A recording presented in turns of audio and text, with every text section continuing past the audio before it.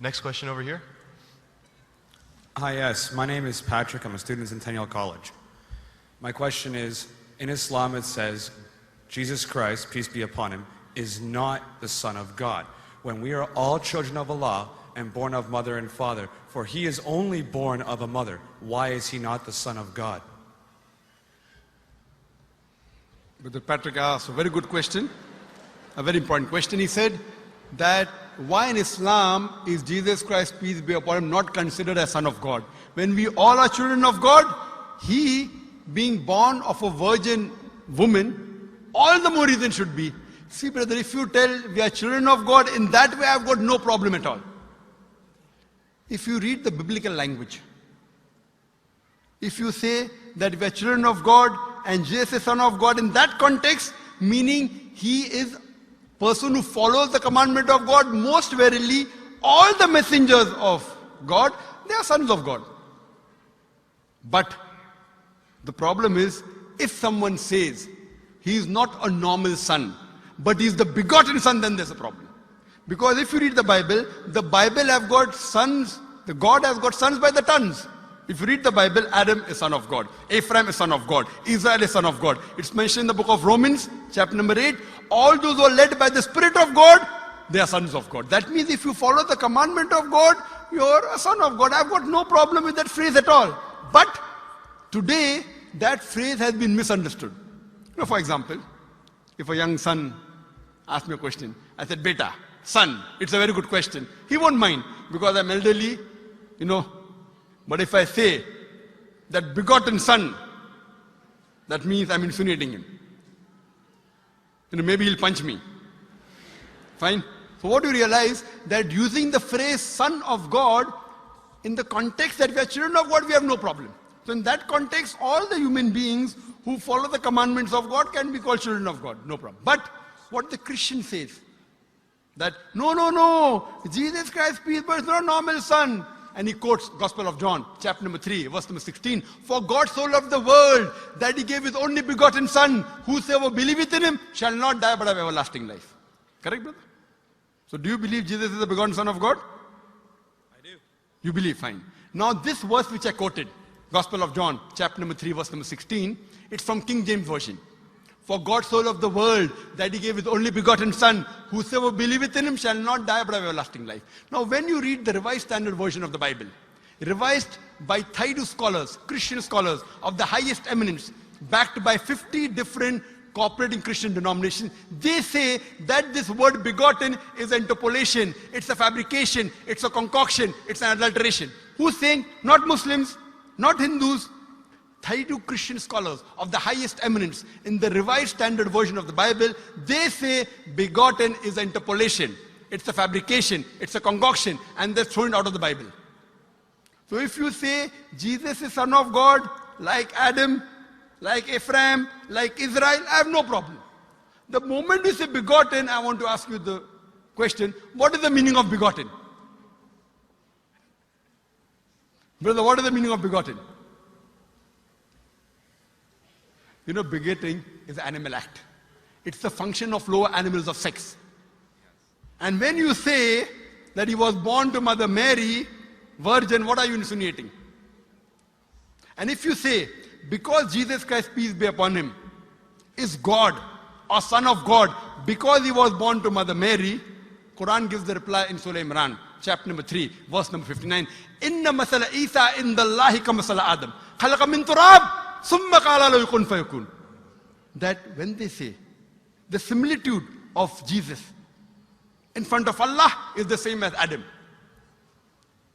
They were born from dust and said, be and it was. If you say that Jesus Christ is God because he had no father and only mother, then Adam, peace be upon him, is a greater God. He had no mother and no father according to the Bible.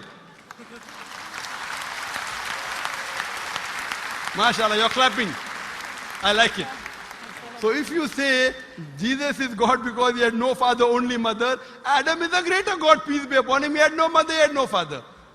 I never referred to him as a God, but Son of God. That's right. Fine. So Adam is a bigger son of God. Right or wrong? By your definition, Adam would be a god, for he has no mother nor no father. Not my definition, not my definition. By the definition of the Christian missionaries. By my definition, he is a messenger of God. Because God cannot beget. I told you in my talk. Lam yalid wa lam yulad. He begets not, nor is he begotten. The moment God begets, he is not God. Son of God meaning pious person, I agree. That's the reason Allah subhanahu wa ta'ala in the Quran, in 99 attributes, he has missed out Ab, father. Why? It's a good attribute, but Allah did not mention Ab meaning father because people started having wrong meaning of the word father. So he used the more difficult word Rab, but did not use Ab. Logically it's fine, but Almighty Allah subhanahu wa ta'ala purposely did not use the attribute Ab in the Quran because people will misunderstand. That's the reason English-wise, saying Jesus is the Son of God, meaning messenger of God, I'm with you. But the moment you say begotten Son, I have objection. So you say Jesus is a messenger of God, I say peace be upon him after his name. So I respect Jesus Christ, peace be upon him, more than you, Brother Patrick. Because when I take his name, I have to say peace be upon him. If I do not say that, I'm wrong. So I love Jesus Christ, peace be upon him, more than you. I follow his teaching more than you. And if you want, I can prove it to you. That's a different argument, not for tonight. Sorry? That's a different argument and not for tonight. Okay, fine. I'll give you a few things. Jesus Christ, peace be upon him. Fine? If you read the Bible, he was circumcised on the 8th day. Fine? Majority of all the Muslims are circumcised, the Christians aren't.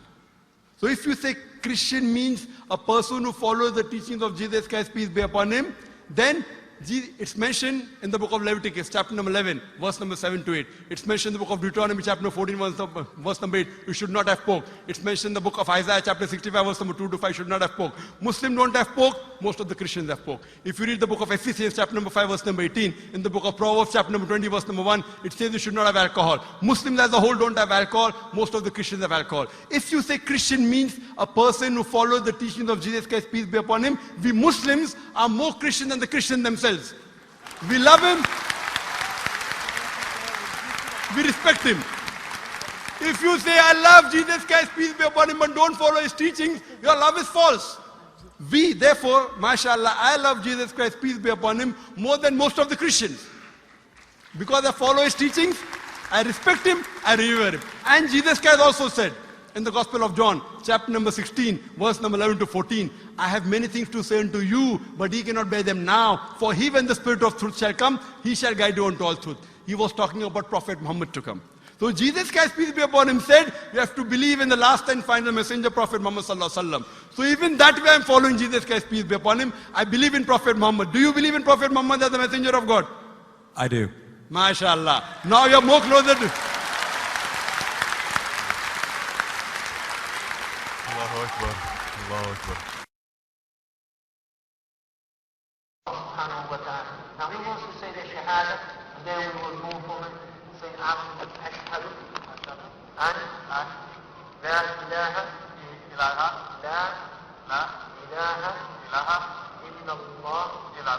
wa ashhad an Muhammad Rasulullah. Rasul Allah.